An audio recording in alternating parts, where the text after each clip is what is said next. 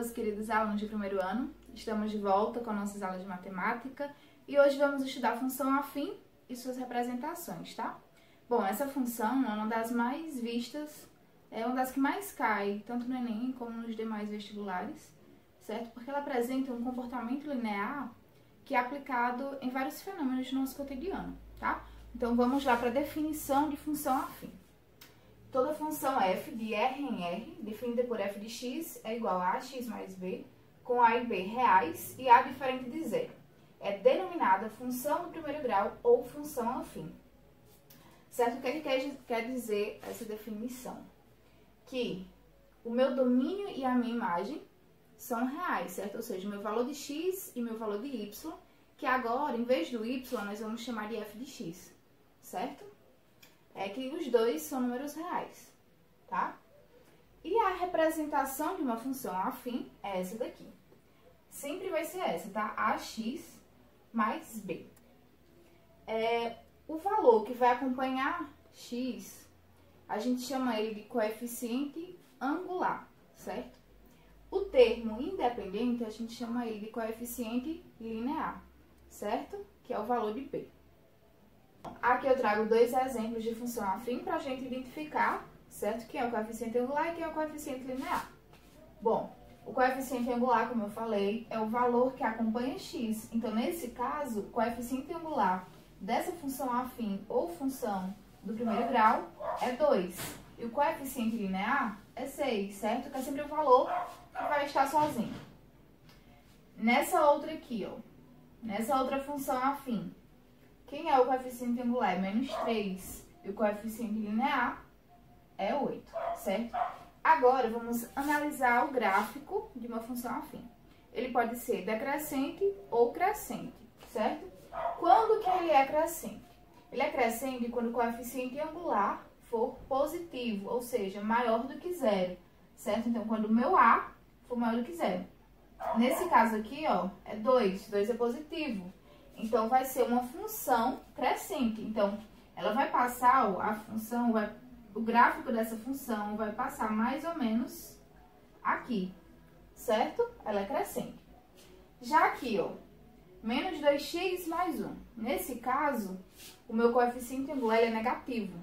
Então, vai ser uma função, o gráfico vai se comportar da seguinte maneira, decrescente, certo? Então, ele vai ser mais ou menos assim. Eu mostrei para vocês como se comporta um gráfico de uma função afim. Agora, eu vou mostrar como que a gente constrói o gráfico da função, certo? Coloquei aqui o mesmo exemplo anterior. F de x é igual a 2x mais 6, tá? Então, como é que nós vamos encontrar o gráfico? Então, nós podemos atribuir valores a x, ou seja, atribuir valores ao meu domínio para encontrar os valores da minha imagem, que são os meus valores de y. E que agora, como eu já falei, nós chamamos de f de x, certo? Então, f de x é a mesma coisa de y, tá? Só muda a nomenclatura, mas é a mesma coisa, ok? Então, vamos atribuir primeiro a x menos 2, tá? Então, quando x for 2, ó, então, quando o meu x for 2, vou atribuir menos 2 primeiro, tá? Então, quando o meu x for menos 2, então, no lugar de x eu coloco menos 2, mais 6. Quanto é que vai dar o meu f de menos 2, o meu f de x, certo? Então, aqui vai ficar menos 4 mais 6, que vai dar 2, certo? Então, como é que vai ficar esse par ordenado? Quando o meu x é menos 2, então, x menos 2, o meu y deu 2. Aqui é meu domínio e 2 é a minha imagem. Tá? Vamos atribuir agora menos 1 a x. Então, f de menos 1 é igual a 2, no lugar do x, vou colocar menos 1, tá? Mais 6. Então, f de menos 1 é igual a menos vezes mais é menos, 2 vezes 1, 2, 2 mais 6, 8, tá? Já vou colocar direto aqui. Então, nesse caso aqui, o par ordenado vai ficar menos 1, certo? Que é o valor que eu atribuí a x, e 8, que foi o valor que eu encontrei de y, ou seja, o meu f de x. Então, esse é o meu domínio, menos 1 é o meu domínio, e a minha imagem é 8. Vamos atribuir agora 0. 0 a x. Então, meu f de 0 é igual a 2 vezes 0, certo? Mais 6. No lugar do x, eu estou colocando 0 agora. Então, meu f de 0 é igual a 2 vezes 0 é 0, mais 6, 6. Então, ó, esse par ordenado aqui vai ficar como? Quando o meu x é 0, o meu y é 6, certo? Agora, vamos atribuir 1, tá? F de 1 é igual a 2 vezes 1 mais 6. Então, F de 1 é igual a 2 vezes 1 é 2, 2 mais 6 é 8. Então, esse par ordenado vai ser 1 e 8, certo? Quando x é 1, o y nós encontramos que é 8. Agora, para finalizar, vamos atribuir 2, certo? Então, eu vou fazer bem aqui, separado. Então, f de 2 é igual a 2 vezes 2 mais 6. Então, meu f de 2 é igual a 2 vezes 2 é 4, 4 mais 6, 10. Então, esse par ordenado aqui é 2 e 10. O 2 é meu domínio e o 10 é a minha imagem. Bom, o que eu fiz aqui foi colocar os valores que nós atribuímos a x e os valores que nós encontramos a f de x, que é o meu y, numa tabela, certo? Para ficar mais organizado e que a gente não se perca na hora de colocar os pares ordenados no plano cartesiano, certo? Então, eu organizei aqui. A cada valor de x, certo? Eu coloquei todos os valores de x que nós atribuímos e os valores de y que nós encontramos. E aqui o par ordenado. Aí, agora, nós vamos colocar esses pares ordenados no plano cartesiano. Para atribuir valores a x numa função afim, poderia ser qualquer valor real, certo? Só que a gente sempre deve procurar os mais fáceis de a gente trabalhar, como foram esses aqui que eu escolhi pra gente, certo? Agora, nós vamos plotar esses pares ordenados no plano cartesiano, certo? Para a gente conseguir achar o gráfico. Então, o primeiro é menos 2 e 2. Então, menos 2 aqui, menos 2 é x, certo? Então, ele tá aqui e o meu y também é 2. Então, o ponto de encontro é mais ou menos aqui. Menos 1 e 4, menos 1 e 4 está aqui. Então, basta a gente fazer esse tracejo. Quando o meu x é 0, meu y é 6, certo? Então, quando é 0, meu y é 6. Então, ele passa aqui, certo? Então, o meu gráfico vai passar aqui. Quando o meu x é 1, aqui, o meu y é 8, certo? Então, deixa eu tentar fazer o mais próximo possível, para que vocês consigam enxergar. E 2 e 10, certo?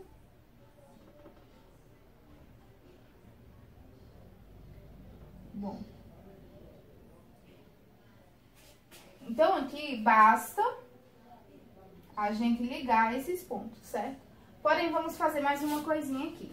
Vamos agora atribuir 0 ao meu f de x para ver que valor eu vou encontrar ao x, certo? Ó, eu coloquei a função aqui, certo? Então, agora, em vez de atribuir um valor a x, vamos atribuir 0 ao meu f de x, certo? Então, no lugar de f de x, eu vou colocar 0. É igual a 2x mais 6. Então, aqui é uma equaçãozinha no primeiro grau. Então, 2x é igual ao 6 que está somando, a gente sabe que passa para o outro lado, subtraindo, certo? Então, x é igual ao 2 que está multiplicando, passa dividindo. Então, menos 6 dividido por 2, x é igual a menos 3. Por que eu fiz isso?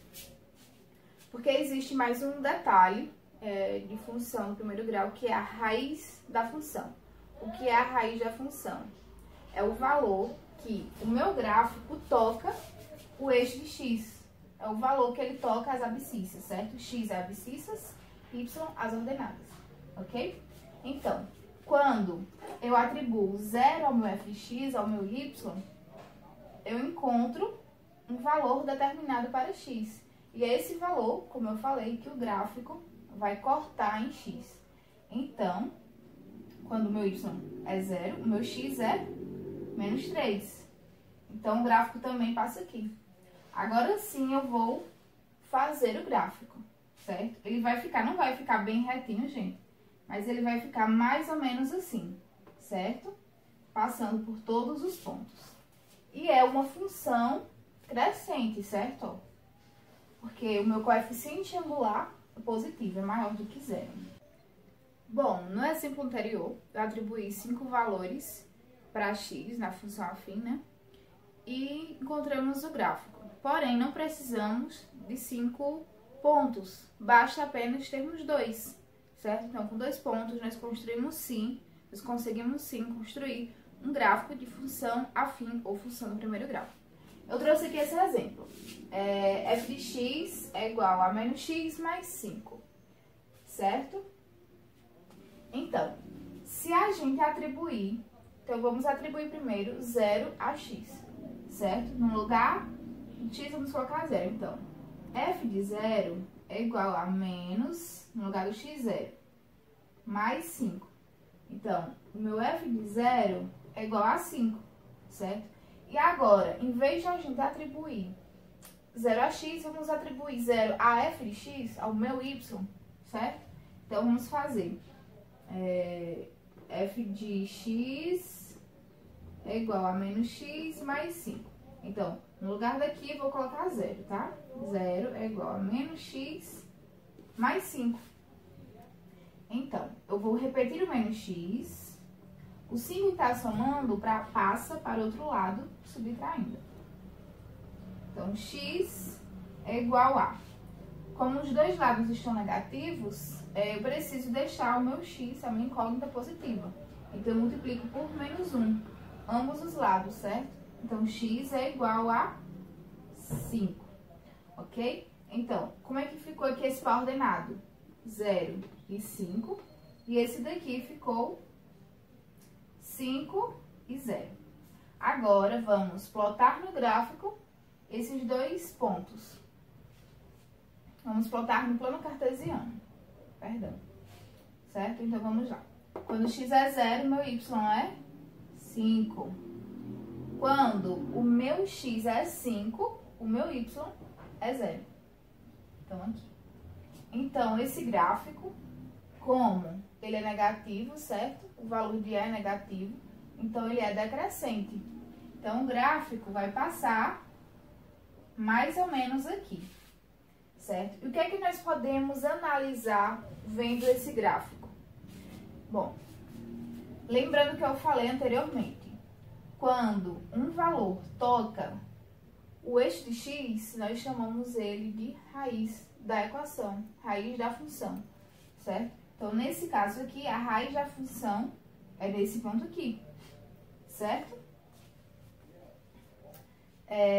E ainda mais, o que é que nós podemos perceber? O valor que toca o eixo das ordenadas, o eixo de y, é sempre o meu coeficiente linear. É sempre o meu termo independente, ó, que vem na função afim, certo? Sempre, isso sempre vai acontecer. Outra coisa que nós devemos analisar numa função afim é a inclinação do gráfico, certo? A inclinação do gráfico em relação ao eixo x, em relação ao eixo das abscissas. E nós podemos perceber que a inclinação tem relação direta com o coeficiente angular, com o valor de A, certo? Eu trouxe aqui 6 exemplos para vocês, 3 onde o gráfico ele é crescente e 3 decrescente, certo?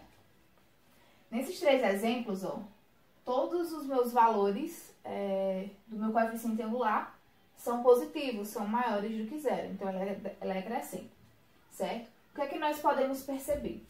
Que quanto mais próximo for de 0, o coeficiente angular, mais próximo também está se aproximando a inclinação da reta, inclinação do nosso gráfico, em relação ao eixo x, certo?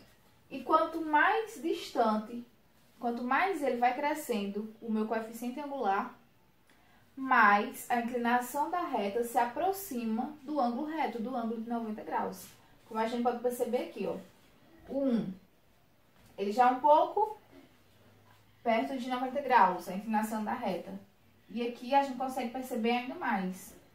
Então, quanto maior for o coeficiente angular, mais próximo ele se aproxima do ângulo reto, certo? Agora aqui, ó, eu tenho 3 exemplos de funções decrescentes, certo? Por quê? Porque são todos valores do coeficiente angular, são negativos, certo? E o que é que nós podemos analisar aqui?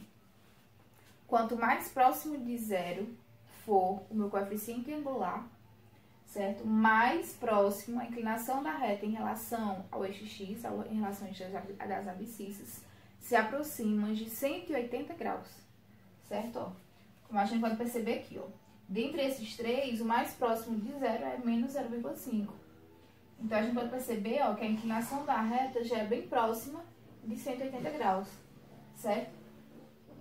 E quanto mais negativo for o número, certo? Mais a inclinação da reta vai se aproximar a 90 graus. Que desses três, o mais negativo é o menos 5, né? Então, mais ele está se aproximando do ângulo reto. Bom, eu não coloquei aqui nenhum exemplo, como vocês perceberam, onde o coeficiente angular é zero. Por quê? Porque quando o coeficiente angular é zero, a função deixa de ser afim, ela passa a ser constante, certo? Porque aqui, se eu colocar zero, zero vezes x, zero, então fica apenas 1, vira uma função constante, certo? Bom, agora que nós já sabemos como podemos enxergar a inclinação da reta, agora vamos descobrir como que a gente calcula a inclinação da reta. Bom, o coeficiente angular, eu coloquei aqui, que ele é igual a taxa de variação, né, delta x sobre delta y, que é o taxa de variação a gente calcula fazendo x final menos x inicial sobre y final menos y inicial. E que, além disso, isso aqui é igual a tangente de alfa, ou seja, a inclinação da reta em relação a x, certo? Mas de onde é que saiu isso daqui? Vou explicar aqui para vocês rapidinho. Eu escolhi 2 pontos quaisquer, ponto A e o ponto B, certo? Então, as coordenadas do ponto A é xa, ya, e as coordenadas do ponto B, xb, yb, certo? Se a gente reparar bem, nós podemos perceber que aqui forma um triângulo retângulo, certo? É um triângulo retângulo. Então, aqui nós temos um ângulo alfa, certo? E aqui, no triângulo retângulo, nós temos o ângulo reto, o ângulo de 90 graus. O que é que nós podemos perceber? Nós conhecemos, ó, esse valor aqui. Por quê? Se nós olharmos bem, é justamente a taxa de variação de y, certo? Ó, é yb menos ya, certo? Então, é delta y. E aqui, ó, esse valor aqui nós também conhecemos. É xb menos xa. É a minha taxa de variação de x, certo? Então, podemos calcular o coeficiente angular por meio dessa taxa de variação, certo? E ainda podemos perceber o seguinte. Num triângulo retângulo, certo? Eu sei que aqui é quem? É o cateto oposto ao ângulo, é esse ângulo alfa aqui. E esse daqui é quem? É o cateto adjacente. Vamos lembrar a trigonometria. Nós estudamos, que eu sei que vocês já estudaram, tangente, seno, cosseno. Né? Tangente, seno e cosseno. Então, qual dos três que a razão é cateto oposto sobre cateto adjacente? É a tangente, certo? Ó, tangente é igual a cateto oposto sobre cateto adjacente. Então, bom, nós podemos calcular o coeficiente angular por meio de 3 formas. Ou pela taxa de variação, ou sabendo 2 pontos de uma reta, ou ainda pela inclinação da reta em relação ao eixo x, certo? Vamos encerrar por aqui e vamos dar continuidade do assunto na próxima aula, certo? Um forte abraço para todos vocês.